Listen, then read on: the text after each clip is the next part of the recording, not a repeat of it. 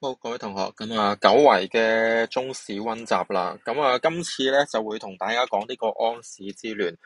大家都知道噶啦，就係今年大熱噶啦，就基本上咧都係必出噶啦。根據呢一個嘅往年或者咁多年來嘅嗰個所謂叫做出題嗰個趨勢。好嗱，但係咧就唔好忘記去溫翻有關即係盛世嗰邊啊，因為盛世嗰邊有機會都會問下，即係我希望大家理解一樣嘢，就係其實考評局即係呢兩年咧，所謂叫做精簡試題啦，其實已經幫大家貼咗一半噶啦。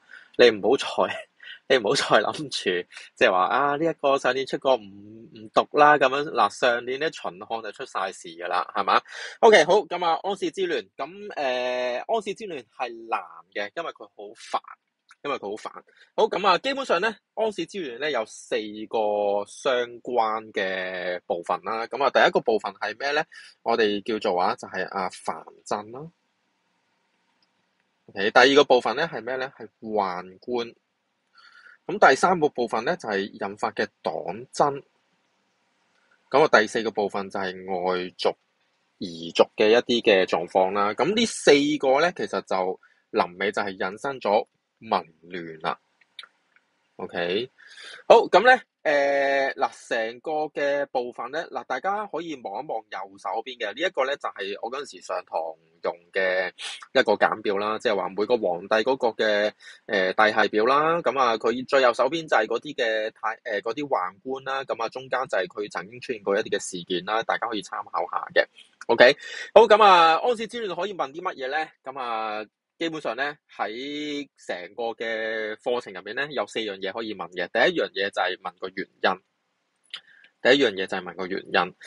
問原因咧，通常就如果喺安史之亂嘅話咧，一定係問咩咧？問人民嘅責任啦，呢個第一。第二就係嗰個制度嘅敗壞，即係究竟係關啲人事啊，定係關個制度事？究竟邊一個係先至係一個所謂叫做主因啊？我哋即係通常咧主因就係問喺呢度啦，就話有好多因素喺晒度，咁邊個你覺得係好重要嘅咧？咁當然啦，佢唔會咁簡單，就係問你邊個最重要，而係有機會係點樣問咧？有機會同你講就係話。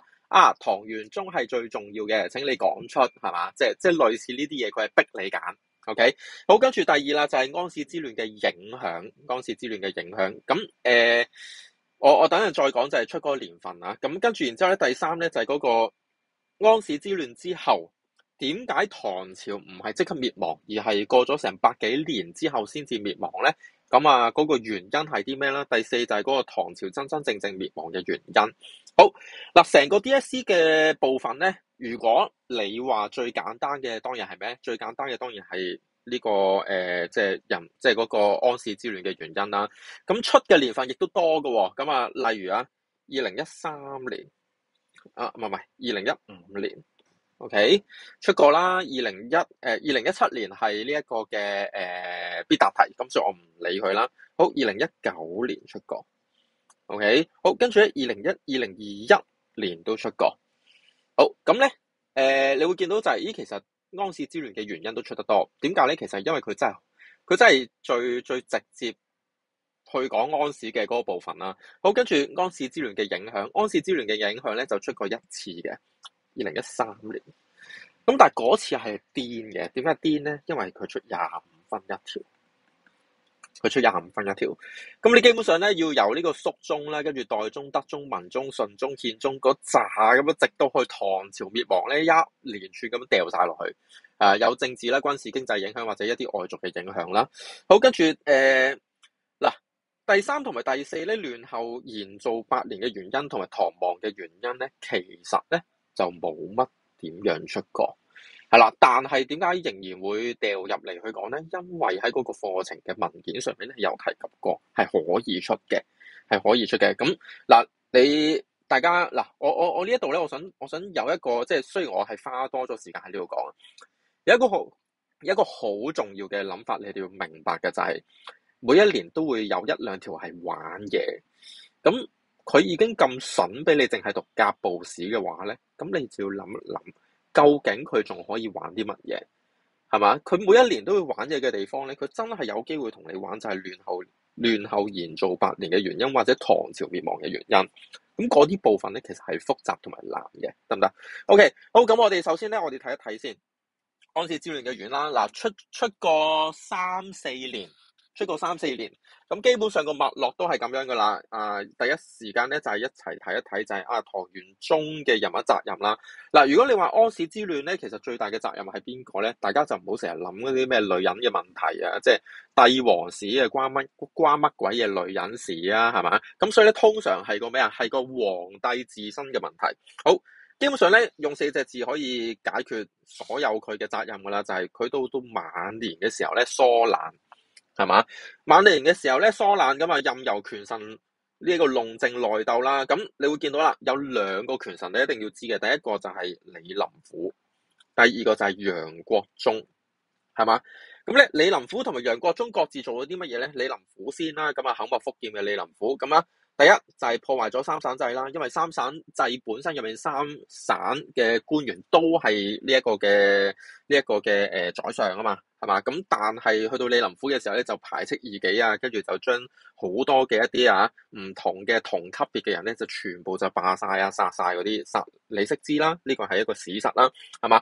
諫官制亦都唔再俾即係嗰啲諫官可以任意喺度講啦，罷咗張九齡，因為張九齡曾經就同個唐玄宗講就係李林甫唔可以用㗎，咁跟住李林甫咧就記仇，就記住咗佢，跟住之後就即係讒言就係罷咗張九齡啦。好，另外一樣嘢就係，因為當其時咧有一個制度叫做咩咧？叫做即係嗰個出將入相嘅。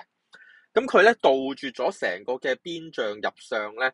咁其實就係李林甫點解可以繼續做佢哋即係嗰個所謂叫做內廷，即係我哋叫做三省嘅長官啊。咁咧點樣去做咧？我諗大家喺平時上堂嘅時候，成日可能唔同嘅老師都有講過嘅，就係任用胡將咯。因為胡將唔識字啊嘛，咁所以佢哋係唔可以入到嚟中央朝廷嗰度做官咯，因為佢哋唔識字。咁所以咧就係令到成個所謂叫做出將入相嘅嗰個制度就自不然就係崩潰咗。咁當然啦。李林甫佢嘅地位就可以坐大啦，咁但係邊將咧，因為唔能夠內調嘅情況咧，佢哋就仍然喺外部嘅時候咧，就係鞏固佢哋嘅勢力，咁就引申咗之後點解安祿山啊，或者一啲十大兵陣嘅嗰啲嘅武將，點解會可以咁對嗰個軍隊嘅控制力越嚟越高，得唔得？好，跟住然之後咧就係寵信楊國忠啦，寵信楊國忠咧，咁啊大家留意嘅就係楊國忠咧比起呢一個嘅李林甫咧，其實佢嘅能力係差好多嘅，係啦，咁咧佢嘅能力不足啦，但係佢就擁有一啲好重要嘅職務，佢好多時候咧都係貪污受賄，係咪一人就坐擁40餘職，而且咧佢更加上係咩咧？就係同安祿山鬥爭，成日都誣告安祿山啦，咁佢甚至係以哥舒翰就做呢一個節度使去牽制翻呢一個安祿山啦，咁令到安祿山之後就直接叛變啦。OK， 好嗱，大家會見到嘅就係呢一度咧，我哋已經提咗3個人，第一個係邊個咧？第一個就係唐玄宗，係嘛？第一個唐玄宗，第二個咧就係李林甫，第3個咧就係楊國忠。嗱，去到呢度咧，你就要自己醒水啦。醒水在於啲乜嘢咧？有機會出嗰條題目咧，就係問你李林甫嘅責任喺邊度。係嘛？咁你就唔好將呢個李林甫嘅責任咧，就擺翻去唐玄宗，而係屈翻晒李林甫度，係嘛？如果佢問你楊國忠嘅時候咧，咁你咪屈翻晒落去楊國忠度咯。所以咧，呢度咧其實就係即係一個咧，即係你讀完呢個唐玄宗咧，其實你等於讀咗3個，係嘛？因為唐玄宗放任佢哋，先至令到佢哋弄權啊嘛。咁個責任喺邊個度？咁喺唐玄宗度啊，係嘛？咁調翻轉頭，你可以講嘅就係李林甫嘅問題，或者楊國忠嘅問題。點解啊？因為唐朝嘅嗰個三省制係以官員為主嘅一個所謂叫做朝政啊嘛，係嘛？咁你就可以將唐玄宗嗰個責任就會放翻輕啦。大家明唔明白 ？OK， 好，咁咧，當然啦，有一啲嘅所謂叫做駁論啦，即係你要去做一啲嘅主因題嘅時候咧，基本上你係要做一啲嘅駁論嘅。佢有機會要求你做駁論，就係如果佢話其實唔關李林甫事嘅，咁你要揾啲嘢去拗咯。OK， 好，駁論咧，第一個。就係、喂，禍亂個開始只不過係即係李林甫佢只不過係做呢個禍亂嘅開始啫嘛，係嘛？咁同埋另外一樣嘢就係、佢既然做得呢一個出將入相，即係所謂我哋叫做出將入相嘅嗰個制度崩潰咗啦。咁但係其實你會見到咧，如果你睇翻一啲嘅史實嘅話，你會見到李林甫其實係佢好監控嗰啲胡將。即係李林甫佢就算做呢一樣嘢，佢都知道嗰一樣嘢嘅後果，所以嘅咧佢係好嚴格控制嗰班胡將。例如安祿山咧，佢點解會造反咧？其實係因為阿楊國忠之後玩嘢啊嘛。咁但係喂，安祿山喺呢一個嘅李林甫做緊丞相，即係做緊宰相嘅時候咧，其實你會發現安祿山係好乖，好即係綿羊仔嚟嘅。係嘛？咁所以你咪可以反證翻就係、有李林甫喺度嘅時候，其實安史之亂係根本就唔會爆發。OK， 好，跟住另外一樣嘢就係、即係打咗佢一拳，跟住佢10年之後死咗，咁唔通入佢數咩？係嘛？喂，人哋李林甫死咗2年之後先至安史之亂喎，你咁都入佢數係嘛？OK， 好，跟住咁你咁講嘅話，咁唐玄宗阿爸係咪一個主因咧？咁樣如果佢唔生唐玄宗出嚟，咁咪冇安史之亂咯，係咪？咁呢啲嘅嗰啲吊詭位，你哋自己明㗎啦。OK， 好，楊國忠啦，嗱，楊國忠咧，基本上咧，如果喺我自己睇法嚟講咧，我會覺得係一個好大嘅問題嚟嘅，因為點解咧？佢作為一個權臣啦，咁其實你會發現啦，就係喂，佢軍事失誤啦，係嘛？咁佢作為一個三省長官嘅時候咧，佢就因為三省制係軍政財權集於一身啊嘛，咁所以咧佢嗰啲嘅軍事嘅行動咧，其實都關佢事。攻南邵就兵敗，失去咗20萬軍力，係嘛？令到中央咧不能夠抵禦到呢個安史之亂嘅聯合軍隊啦。好，另外啦，就係當安史之亂爆發嘅時候咧，佢係叫阿哥舒翰咧出潼關應戰，即係離開喎，即係佢唔係叫佢守關喎，佢即係。楊國忠咧就係覺得就係哥舒翰係咪想造反？因為哥舒翰都係一個胡人嚟嘅，係嘛？咁所以咧當其時咧就係逼哥舒翰一道聖旨落去啦，就係逼哥舒翰咧就係你一定要同我出關應戰。咁點知一出關咧就即刻俾人哋俘虜咗，係嘛？咁跟住然之後咧就係兵敗咧就令到長安陷落。嗱，如果當然啦，歷史冇如果啦，但係喂即係哥舒翰如果係冇收到呢一個咁嘅所謂叫做楊國忠嘅軍令嘅話咧，其實佢唔出潼關咧，潼關係好好守嘅。OK， 好，跟住然之後咧，我哋睇埋落去啦，睇埋落去就係除咗我哋啱啱提到嗰3個人啦，即係唐玄宗嘅問題啦、李林甫嘅問題啦、楊國忠嘅問題，當然有安祿山嘅問題啦。安祿山嘅問題其實好簡單嘅啫，就係一人坐擁3鎮，係嘛？跟住然之後咧就係18字要18萬兵。係嘛？即係或者20萬兵咧，你可以4捨5入啦，係嘛？咁但係咧，其實我哋會發現就係仲有一啲所謂叫做制度嘅敗壞。制度嘅敗壞咧，呢度複雜少少，呢度複雜少少。個複雜位喺邊度咧？就係你要首先你要理解嘅就係唐朝嗰個兵制係點樣先。唐朝一開始嘅兵制咧係府兵制，係嘛？咁咧，府兵制係玩啲乜嘢咧？就係所有嘅士兵咧，係要去到折衷府，一個叫做折衷府嘅地方咧，去報到先，然之後咧，再由個將領過嚟就係帶走佢哋。係啦，點解要咁樣做咧？係因為前朝嘅一啲所謂叫做周穆割據啊，或者即係魏晉南北朝嗰啲即係將領獨大或者將領坐大嘅原因，所以先至令到就係府兵制喺唐朝出現。嗱，大家要明白其實點，即係我哋有陣時咧讀歷史咧，其實你唔係背啊，你係要明白點解佢要咁樣做。當你明白咗點解佢要咁樣做嘅時候，你會發現就係其實呢啲嘢唔使背啊。OK， 好，咁咧嗱，正正係因為府兵制咧，643個折衷府就係喺全國各地啦，咁當然喺呢個長安周圍就最多啦。好，佢哋實行啲咩咧？兵農合一啦，係嘛？咁佢要解決嘅係咩？佢要解決嘅就係將領坐大嘛，所以咧令到就係兵將不知。每一次個將領去到個折衷府度攞嗰啲士兵嘅時候，其實佢哋都係第一次見面，有機會係第一次見面，係嘛？咁所以佢哋係唔會團結㗎，打完仗就翻歸啊，係嘛？去到折衷府再解散，係嘛？有啲似咩咧？有啲似就係學校旅行，係嘛？就話你唔可以去嗰度集合，你係要點樣？要翻到嚟學校再搭旅遊巴出去。你到嗰日你都唔會知道究竟邊個老師帶隊，係嘛？OK， 好，跟住咧，然之後嗱，正正係因為唐朝嘅初年咧，佢人數比較少，因為隋之前嘅嗰個亂世咧，係令到好多嘅人戶咧就係流失啦，或者死亡啦，所以一開始咧就係唐初咧，其實幾多人咧？唐初咧係大約300萬。或者200零300萬戶啦，好，但係去到呢一個嘅盛世嘅時候，嗱，呢一度咧係去到盛世啦，已經盛世轉衰落嘅情況。盛世轉衰落嘅情況。好，人口去到900萬戶啦。嗱，唐初咧係玩均田制，均田制即係咩意思啊？即係話你一出世咧就會有一啲嘅田俾你啦，跟住然之後咧就係有啲叫做永業田啊，有啲叫做露田啊嗰啲啦。好，咁咧你會發現就係人口越多而時間越長嘅話咧，土地係唔會夠分，所以咧出現一個情況係咩咧？叫做合鄉處處，係嘛？均田制就敗壞啦，戶籍就開始散失啦，跟住府兵制係連埋個均田制一齊搞啊嘛，所以咧嗰啲人咧都唔會去浙沖府嗰度報到。而同時另外一樣嘢，當你嗰個軍事力量越嚟越衰敗嘅時候咧，外族亦都點樣咧？外族亦都越嚟越強啦。咁當然呢個咧係關即係當其時嗰個，即係如果有人即係有啲歷史學家研究咧，就係點解邊患會越嚟越多咧？其實就係因為即係北方嘅天氣越嚟越凍啊，咁所以咧佢哋就係越嚟越就係要向南走，係嘛？咁啊當然呢一樣嘢係其中一個嘅講法啦。OK， 好嗱，我唔講呢度咁多啦。OK， 好，咁邊患入侵啦？咁啊府兵太遠啦，咁喂，因為你要去到長安附近嘅嗰個浙沖府集合，跟住再出發，喂，你時間啦、經濟啦，其實你全部都係負擔嚟嘛。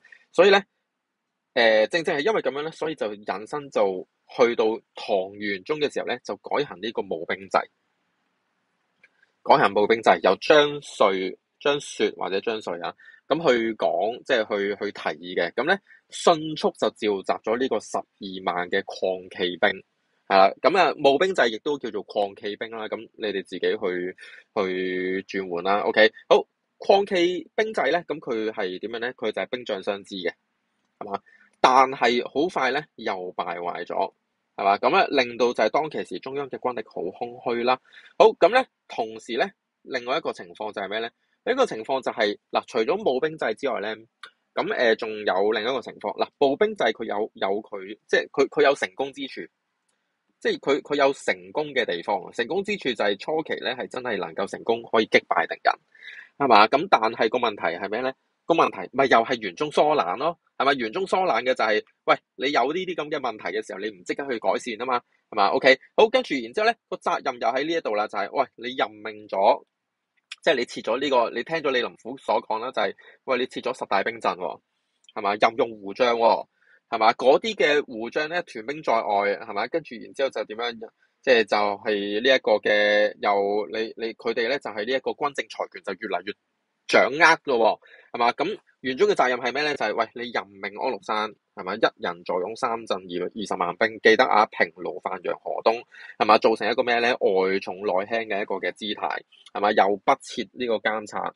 係嘛？人哋漢朝都玩呢個6條文士啊，你冇嘅，係嘛？你由佢哋玩嘅，仲要係咁寵信佢哋，係嘛？安祿山係咁跳胡旋舞啊，越轉咧就越俾多啲權力佢。OK， 好，咁咧你可以有少少駁論嘅，個駁論話係咩咧？就係10大兵陣一開始即係李林甫時代咧，係只掌軍事，而且佢哋有啲原則嘅。第一就係不久任，第二不搖領，第三不兼任，係嘛？但係到之後就唔同晒噶啦，係嘛？好，咁咧另外。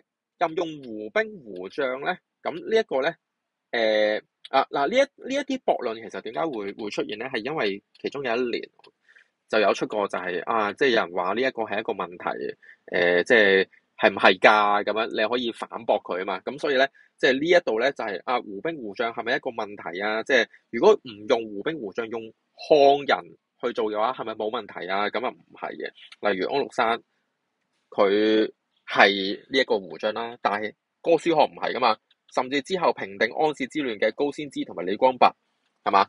佢哋都唔係呢一個嘅，即係唔係作反嗰班人嚟嘛，但係佢哋係胡將喎，你明唔明？即係佢哋係契丹人啦，又係呢一個高麗人啦，係嘛？OK， 好，咁咧跟住然之後我哋繼續睇落去啦。OK， 好嗱，呢一度咧就已經完成咗所謂即係成個嘅嗰個責任啦。咁咧我哋下一次我將佢斬開咗2條片啦。咁啊，第2條片咧，我哋再講呢一個嘅影響或者其他一啲不同嘅部分。